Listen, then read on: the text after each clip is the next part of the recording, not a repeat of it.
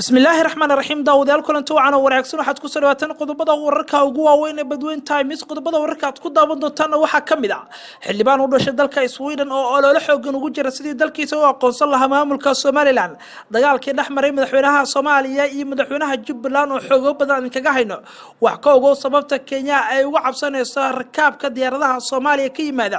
Axmed Madoobe nasiib darro ku tilmaamay in aan la aqoonin cidda wadanka xukuntay cidda mas'uulka ka ah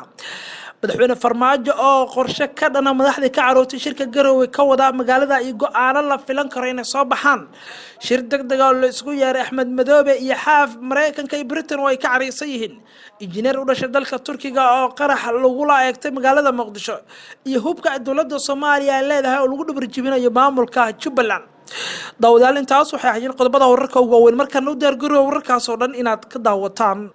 janaalkeena ee Badweyn Times markaas waxaan ka hormariyaa xildhibaan ka tirsan baarlamaanka dalka Sweden ayaa su'aal geliyay sababta dawladda u aqoonsan laadahay maamulka Somaliland oo dal jira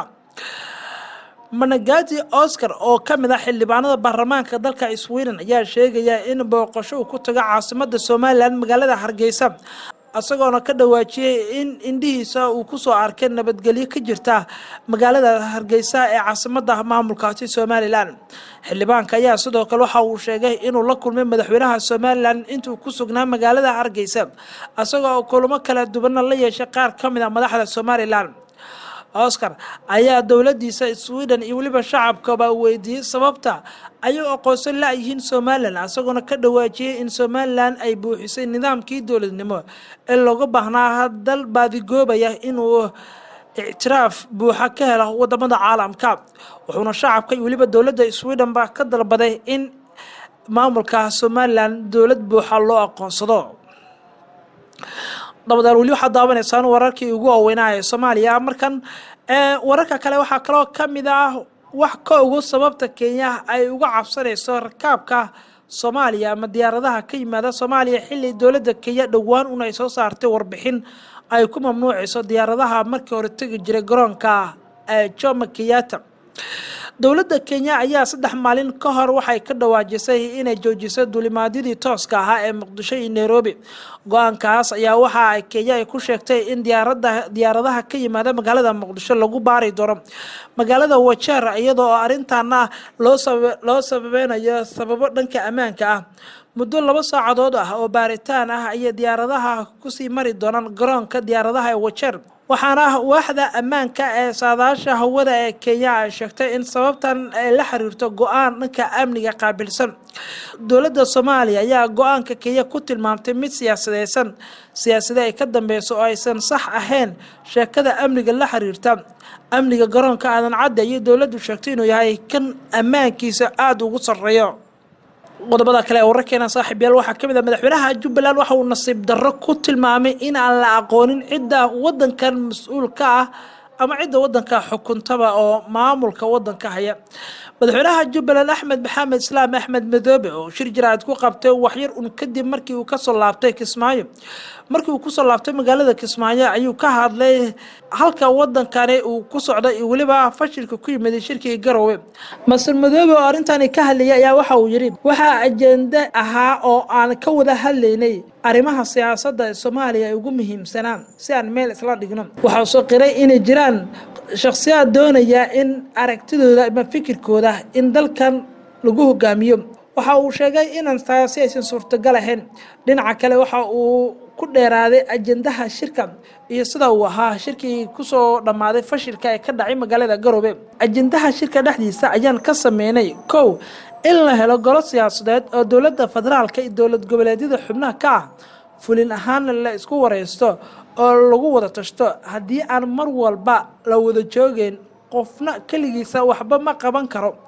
taa oo aan wax badan u dhimeyn golaha amniga waa uu sii jiraa waana wada shaqeyn doonaa ayuu yiri madaxweynaha Jubbaland shirkiisa jirayd arinta labaad ee uu ka hadlay madaxweynaha Jubbaland ayaa waxa qayb ka ahayd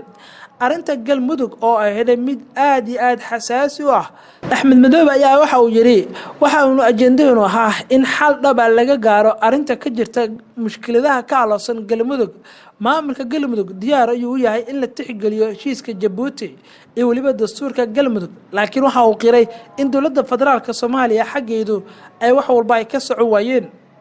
wali xadaa wanaagsan wararka Soomaalida qodobada wararka kale ee warkeena ka haray saaxiibal waxa kamid ah madaxweynaha Soomaaliya intuusan ka soo amba bixin magaalada Garowe caasimadda Puntland waxa uu waday qorshe ka dhana madaxda ka carootay shirkan, waxaana la qorsheynayaa in go'aano ay soo baxaan saacadaha soo socda sida aan xogta aan ku helnay. warar hoose oo heshay badweyn.com ayaa sheegaya in madaxweynaha Soomaaliya Maxamed Cabdilaahi Farmaajo uu magaalada Garowe kulamo gaargaar ah kula yeeshay madaxweynaha Puntland, Koonfur Galbeed iyo Hirshabelle oo saddexda madaxweyne ee ku hartay halkaasi.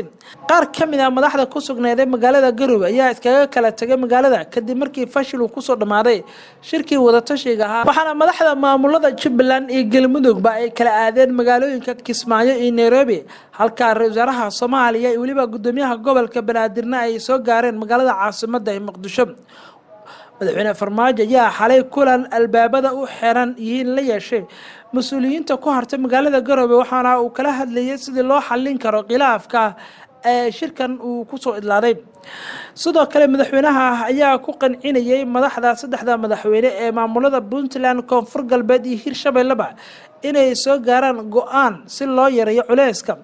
iyo waliba si loo xalliyo khilaafka iyo waxa ay tabanayaan madaxda maamulada Galmudug iyo Jubbaland oo shirka ka carooday oo iskaga baxay. madaxweynaha Soomaaliya ayaa galabta ka soo baxay magaalada Garowe tan iyo markii uu fashilmay shirka. madaxweynaha ayaana 9 cisho ku sugnaa magaaladaas Garowe isagoo kulamo kala duwan kula qaadanayay madaxda ku hartay shirka. madaxweynaha Soomaaliya Maxamed Cabdilaahi Farmaajo ayaa maanta gelinkii dambe magaalada Muqdisho soo gaaray kadib 9 cisho ku sugnaa magaalada. wafdiga madaxweynaha ayaa waxa garoonka diyaaradaha Garowe ku sii sagootiyay madaxweynaha Puntland iyo ku-xigeenkiisa.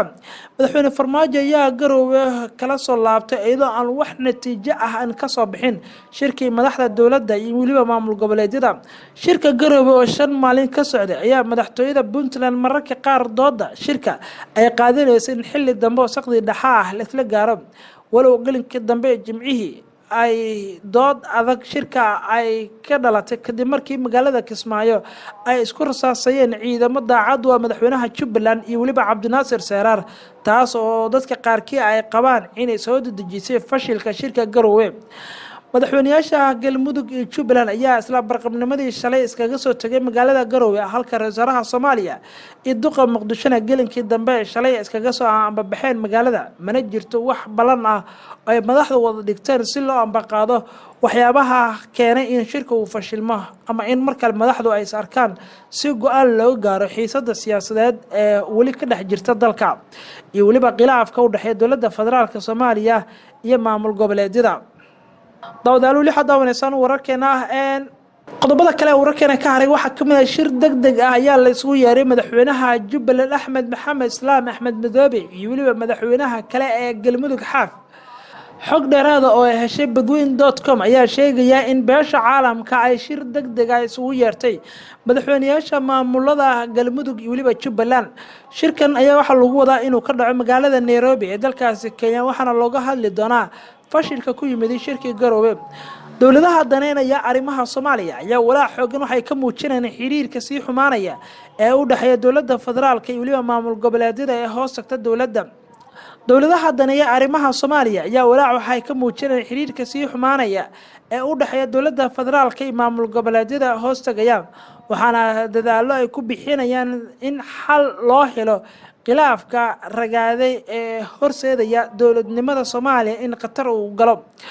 madaxweynaha Galmudug oo ku sugan magaalada Nairobi ayaa laga yaabaa in kulamo hordhac uu la sii qaato safiirka Mareykanka iyo waliba kan Britain ee ku sugan halkaasi,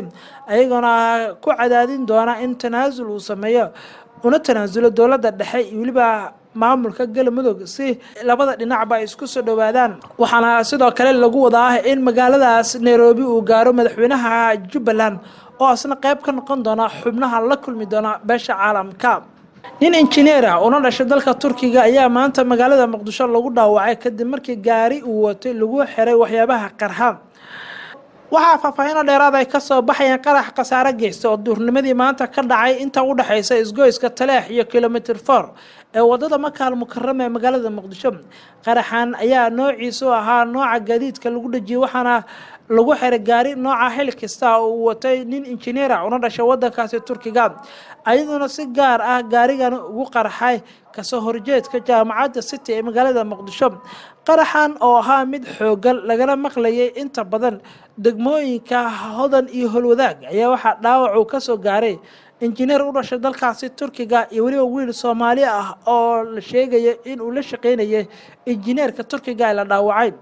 injineerka Turkiga dhaawaca ah ee goobta laga qaaday ayaa waxa uu ku geeriyooday isbitaalka Turkidu ay maamulaan ee Digfaar halka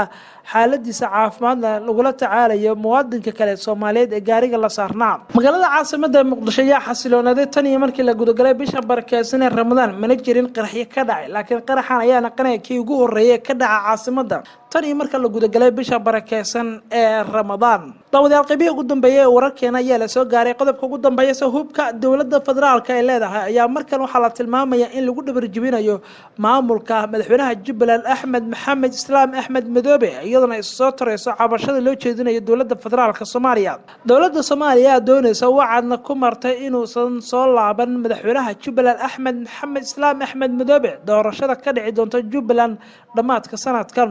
hubka ugu weyn ee dawladda u adeegsanayso in ay ka hortagto Axmed Madoobe ayaa waxa ay tahay 3 musharax oo ay dawladdu ay gadaal ka riixayso. 3 musharax ayaa kala ah Cabdinaasir Seyraar Maax, Cabdirashiid Maxamed Xidig iyo waliba Maxamed Cabdilaahi Salaad Omar. maxamed Cabdilaahi Salaad Omar waa wasiirka gaadiidka iyo dulista hawada halka xildhibaan Cabdirashiid Xidig uu yahay xildhibaan ka tirsan golaha shacabka. Cabdinaasir Seyraarna hore waxa uu soo noqday afayeenkii Jubbaland wuxuu ka mid yahay 3 musharax ee hadda ugu cadcad ee u tartamaya doorashada Jubbaland. waa dagaal kale oo madaxweynaha Jubbaland oo wajahayo xilli uu shalay inuu ka soo laabtay shirkii Garowe ee fashilka ku soo dhamaaday. warbaahintan uu sheegay in dawladda federaalka ay cadaadis xooggan ku hayso maamulkiisa waxaana soo baxaya digniino loo jeedinayo dawladda ee lagu dhaliilayo in faragelin xooggan ay ku hayso siyaasadda maamulkaasi Jubbaland. la taliyaha dhinaca amniga ee maamulka Jubbaland ayaa waxa uu sheegayaa in dawladda federaalka Soomaaliya faragelin dhanka amniga ay ku hayso iyo waliba qalqal ammaanka isagoona ka digay in maamulka madaxweynaha Jubbaland hadda hogaamiyo in qalqal dhanka amniga loo horseedo. guud ahaan daawadii halkaas aan ku soo gabagabeynaa wararkii aad ka daawaneysaan janaalkeena nabadgelyo.